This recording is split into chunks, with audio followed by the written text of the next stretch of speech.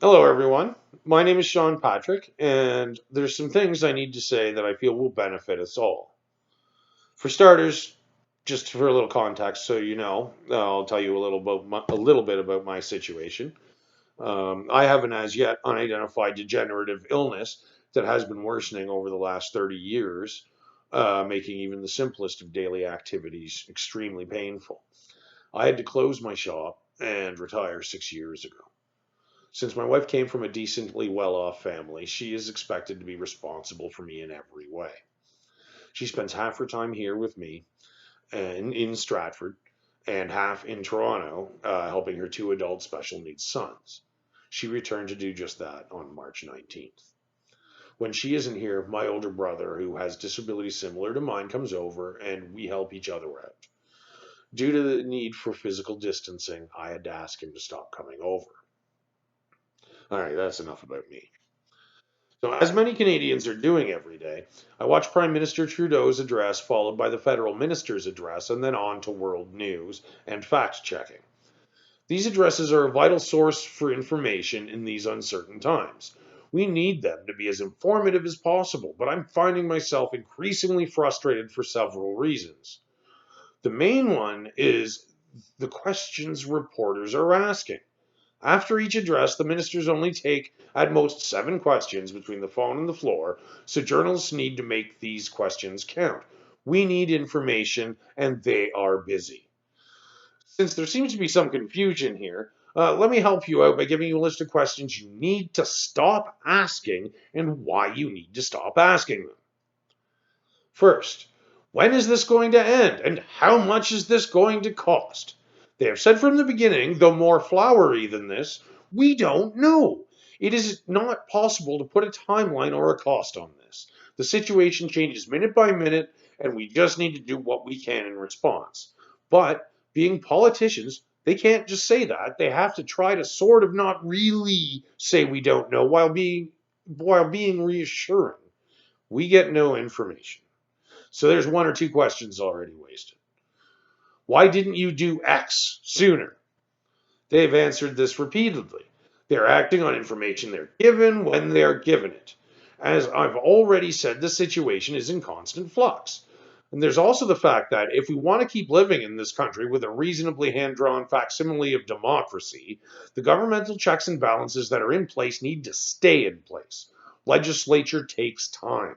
Even if the government official could come up with a good enough reason for you, how is that in any way helpful or informative right now? Yet another question burned. Why did we not have supplies enough to handle this? Like I just said, if the answer was good enough, it still wouldn't help anything right now. Collect the data and use it to slap them in the face later, uh, instead of forcing them to do more political dancing, which wastes everybody's time. As yet, no information from question period. How are we enforcing the physical distance slash travel restrictions slash 14-day quarantine for traveler rules? Basically, 3 questions. All three suck. I could actually say a lot about this, but instead, I'm just going to say something far less political. Be smart, do what you've been told clearly and repeatedly to do, and you won't have to find out. Every time one person fails to observe any of these guidelines or rules, it creates risk that ripples out exponentially. Even if you are somehow invincible, you can still transmit the virus, and the rest of us aren't superheroes. Does all this sound vaguely familiar? Yeah, that's because you just wasted another of our very few questions making the ministers repeat themselves. Can people can people who are under the 14-day quarantine rule are sorry, this one really gets me.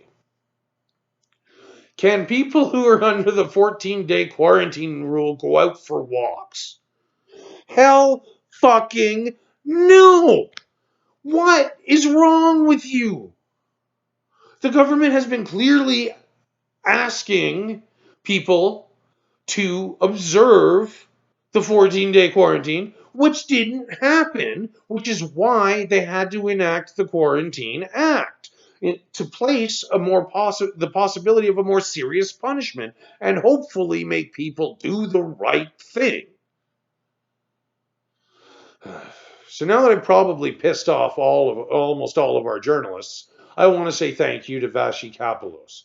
You are smart and concise, and I'm glad the CBC has you on there. You are a truly much needed voice of reason. So now on to our government. At the federal level, I think you guys are doing an outstanding job in this unprecedented crisis, and I thank you. But, I do have two notes. One, can you guys maybe screen the questions so that you have the chance to give us real information? I see how that could be difficult with the live nature of these addresses, so I have an idea. If you get one of the aforementioned wastes of questions, just try the next one. All of us cooped up in our houses may have time to waste, but you don't. And two, as many people do, I also think that many restrictions weren't put into effect soon enough. While I understand that between the ever-changing crisis and how our government works, these things take time. I also know that it probably would have been political suicide to instill all of these rules right off the bat. People screaming, martial law and such. But fact of the matter is, you put too much faith in the Canadian people as a whole and thought that asking was going to do it.